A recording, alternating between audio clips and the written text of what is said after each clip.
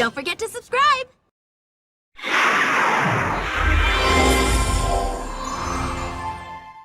Hey there, it's me, Happy, the anime that we are reviewing from the studio that brought you Fruits Basket 2019, Magic Knight Red, Lupin, and Sonic X.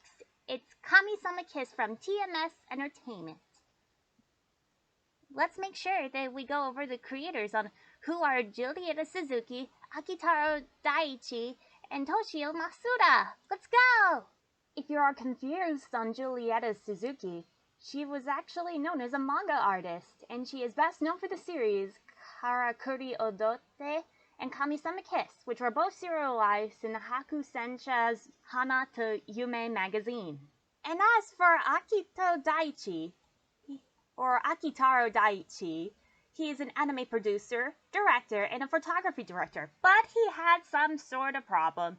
In 2018 and 2019, voice actress Hiroko Konishi alleged that she was propositioned by a manager to enter a mixed bath with Daiichi, and then it was blacklisted from the voice acting industry when she refused. We're terribly sorry to tell you this. And if you're wondering who this Toshio Masuda is, he's the one who composed the music for the anime. And now let's ask ourselves 3 questions. 1. How well does Kamisama Kiss hold up in 2021? 2nd, how did Tia Ballard and J. Michael Tatum do in this 25 episode 1? And 3, did Jerry Jewell did an amazing job directing the series? Let's find out in this Kamisama Kiss, the Goddess Master's first kiss. Ah, spoiler alert!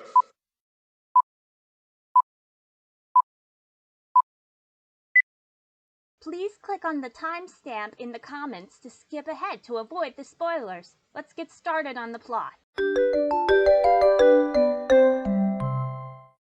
Once upon a time, there was a girl named Nanami Momozono. And Nanami has a lively beauty in all her life, and she wanted to be a single person when she grows up. But instead, she must cope with the fact that her father, who is a constant gambler, has accumulated a bunch of gambling debts in her name. As she can't afford to pay the rent, she gets kicked out of her apartment by the debt collectors and is now homeless. Despite this unfortunate turn of events, she still maintains a kind heart. While sitting on a park bench collecting her thoughts, Nanami meets a strange man hanging from a tree because he is being chased by a dog. After saving him from the dog, she learns that the man's name is Mikage. Upon learning about Nanami's current situation, in a perfect example of how good deeds are rewarded, he gives her his home as a token of his gratitude.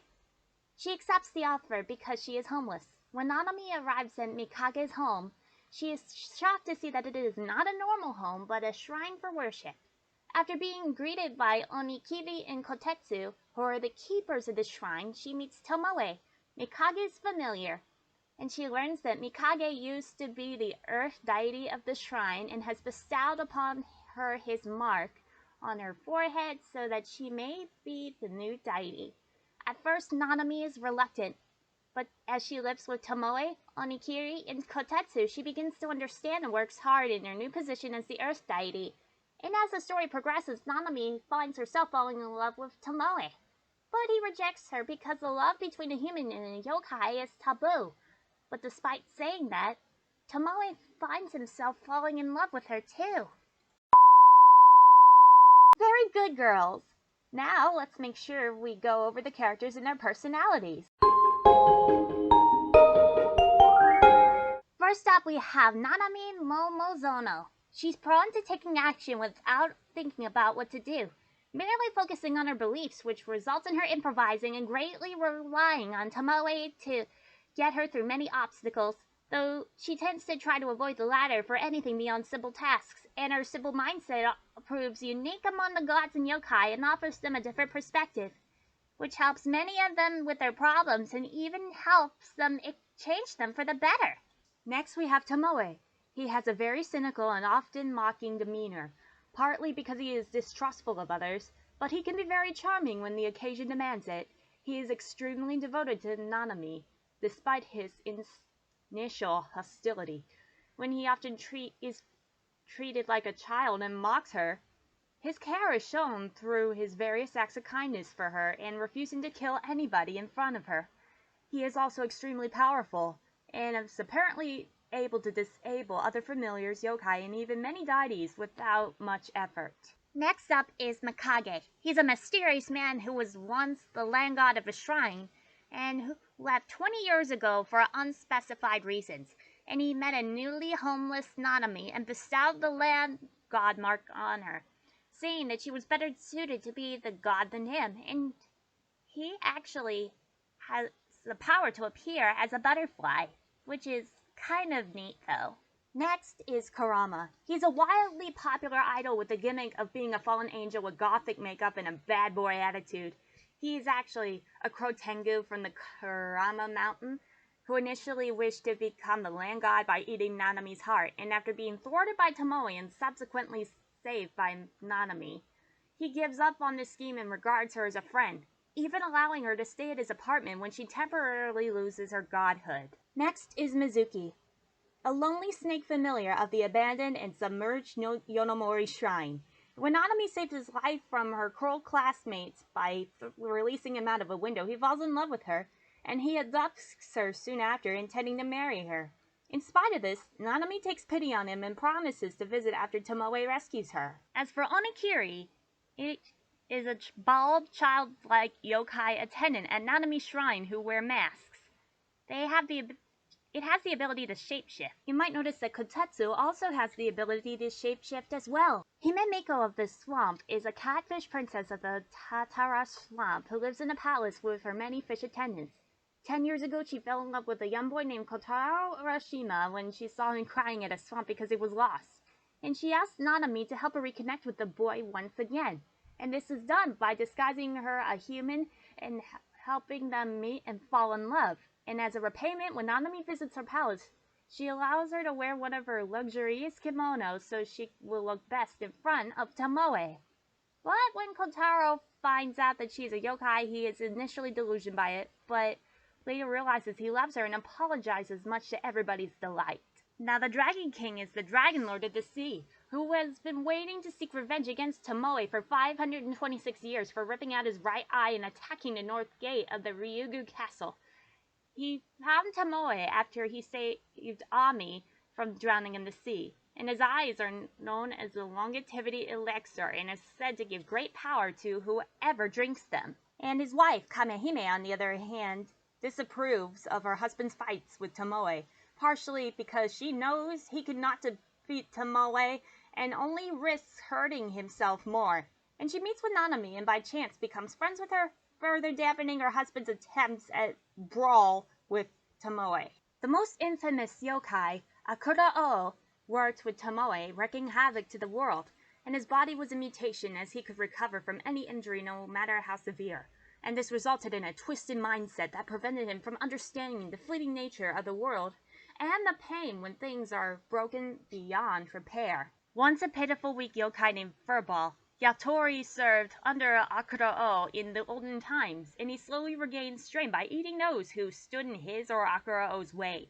And he took on a human appearance by possessing one of Yukiji's servants, Sekiroku, and he was fiercely loyal to Akura-o when he returned, and Yatori sought him out in order to continue serving him. As for Jiro, he is currently the 4th chief of Kurama Mountain, the Tengu leading all other Tengu due to his unsurpassed strength and speed. When the 3rd chief fell ill to an unknown incurable sickness, Jiro stepped up and took his place, and on the first few parts he was a very violent leader, and he was merciless and banished to many other Tengu when they showed any sign of weakness. It was an example was how he would treat Kuruma when he was very younger.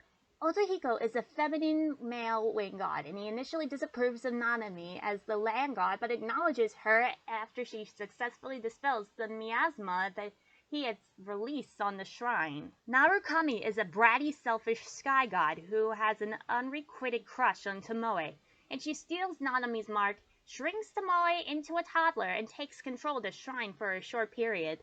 And she is very demanding and apparently goes through attendance at an unheard of rate, and she seems to take sadistic delight in abusing her familiars. Okuninushi is the god of wealth who owns a large shrine in Izumo, and he is in charge of the divine assembly held every year for deities. Ikuzagame, on the other hand, is a war god who is reluctant to acknowledge Nanami, a human, to be a land god. Now, Kome is a 32 lion dog of Narukami and is loyal servants of her, and the sides of their hair resemble that of dog ear. And you might notice that Kotake is a little similar or identical to Kome, because I think that they could be twins. Ami Nekota is the first friend Nanami ever made at school, and originally she found Nanami to be weird, but she also took a liking to her. And after Nanami, or rather Tomoe disguised as her, rescued her from a demon, she began to hang around Nanami more and officially became a friend after she helped to talk to Kurama, and she made a promise with him not to tell anyone about the strange occurrences that happens with Nanami, though it was Tomoe in disguise. Immediately after Ami befriending Nanami, she also begins to see Nanami as a friend, who I'm referring to as Kei Ueshima. And among the trio, she is the most mature, but is also the most hot-tempered, and she is intuitive and picked up on the fact that Nanami liked Tomoe, and she gave advice to Nanami on how she could get his attention. You might notice that Kei is rarely seen without her cell phone, on which she constantly sends text messages at a rapid pace, which most of the time she does not even bother to glance at the screen. You might have noticed that Yukiji is actually Nanami, who travels through Yukiji's body on one occasion by time traveling, and stands in as Yukiji while time traveling in her own body on another, who Tomoe falls in love with. And she barely escaped on a yokai attack on her village, of which Tomoe in particular attacked her body when Nanami was in it, causing her a deep hatred for yokai. And she's actually the ancestor of Nanami, who actually helped her when marrying into another family. And she later saw Nanami with Tomoe and eventually used their similarities in appearance to ask Tomoe for help when attacked by Akurao. And however, Tomoe does not see in the eyes of Yukiji during the time that he spends with her, because she feared that he would know that she was not Nanami after looking into her eyes.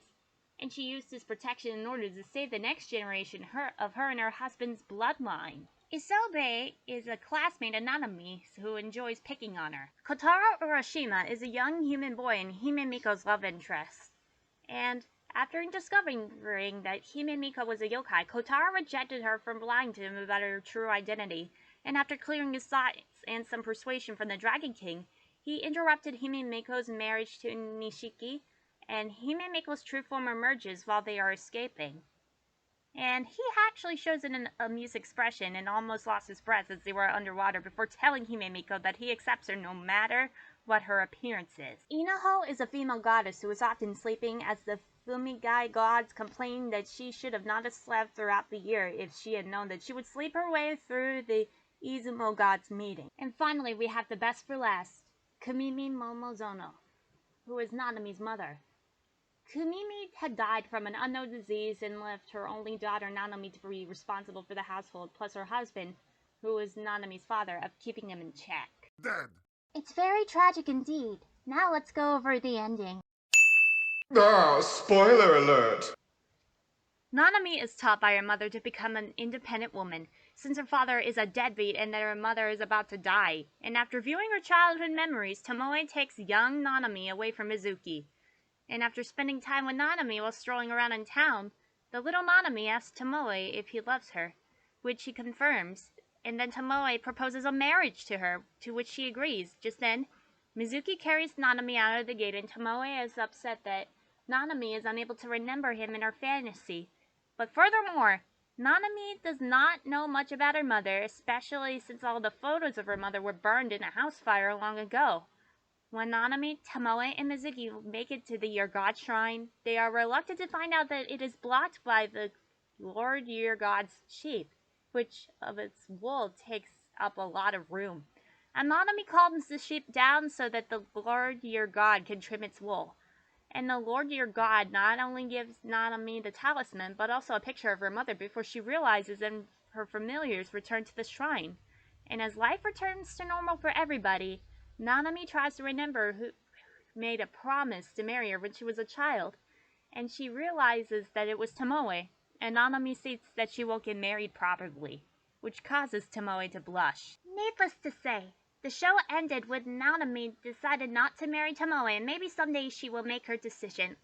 It does not end on a cliffhanger, so Viz Media published a manga that concludes Nanami's story.